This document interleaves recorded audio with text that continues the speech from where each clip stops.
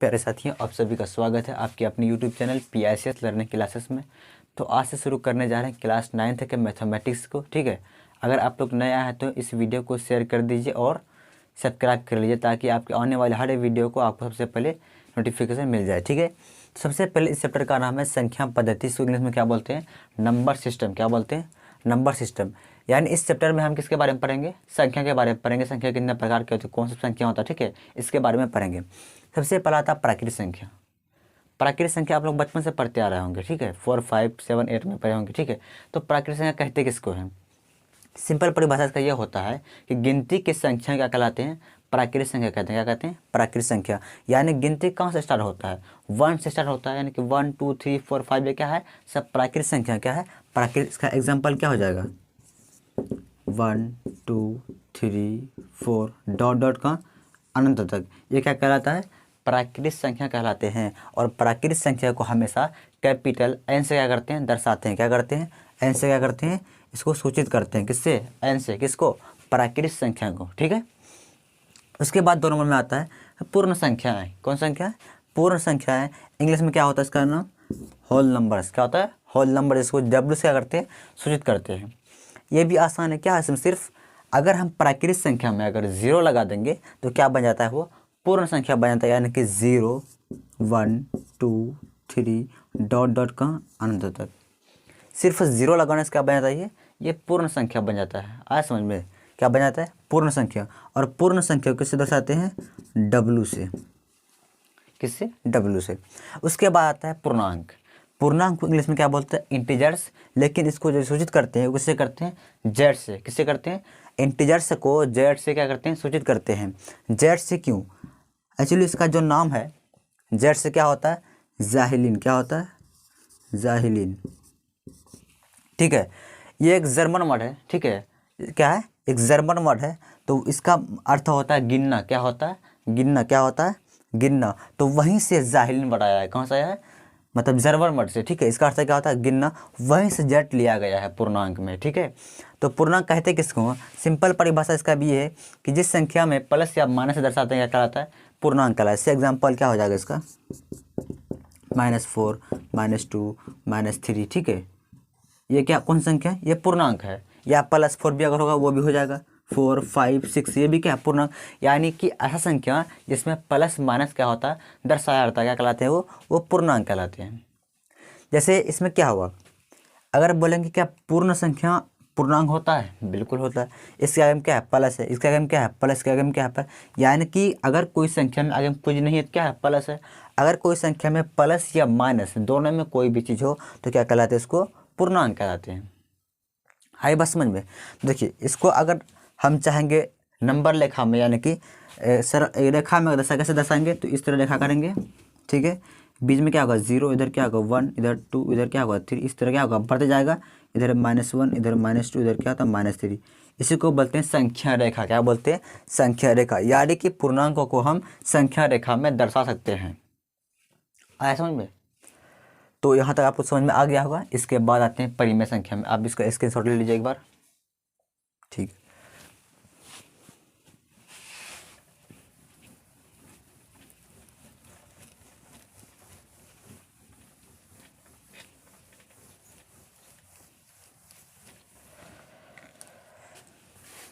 चौथा नंबर में क्या है? परिमेय संख्या।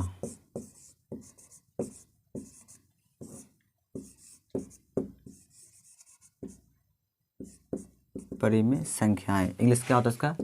Rational number. Rational numbers. अब ये परिमेय संख्या कहते किसको है?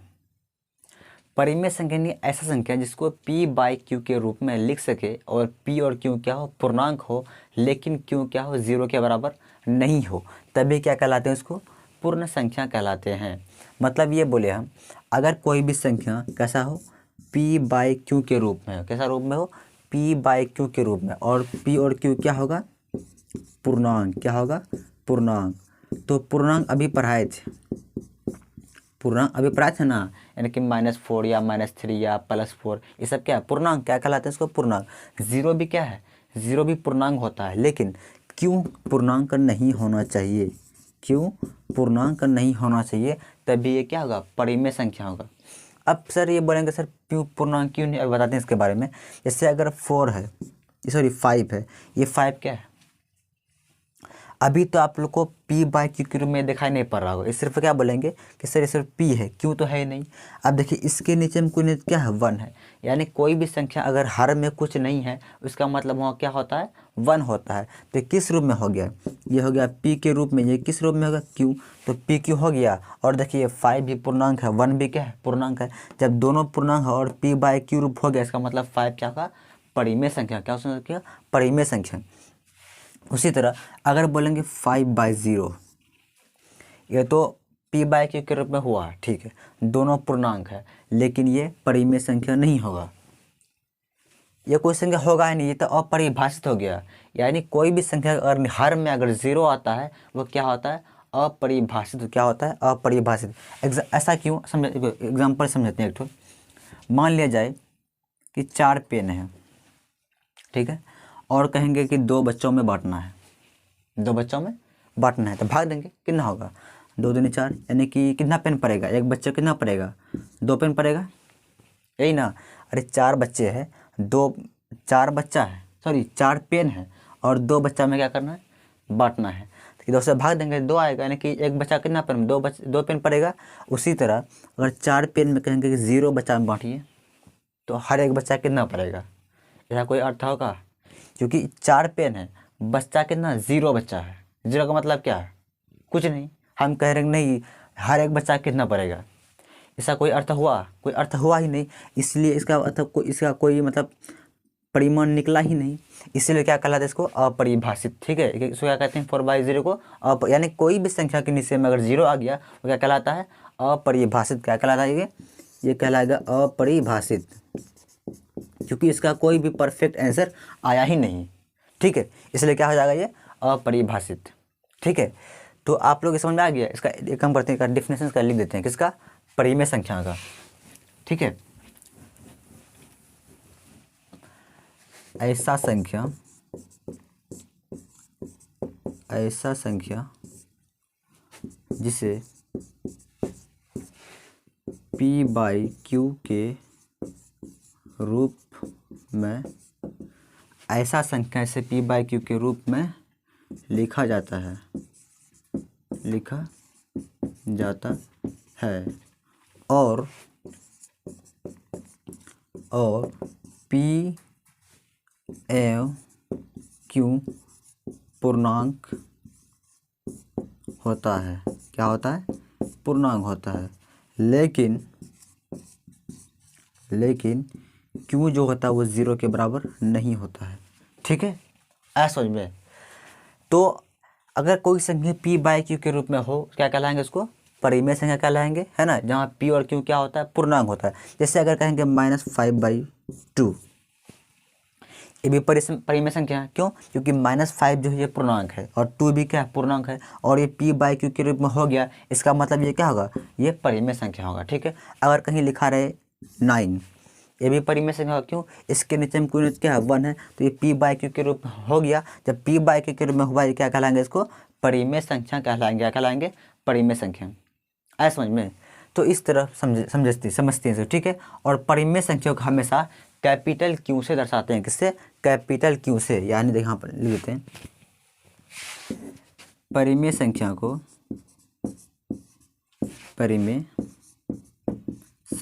को Q से सूचित करते हैं।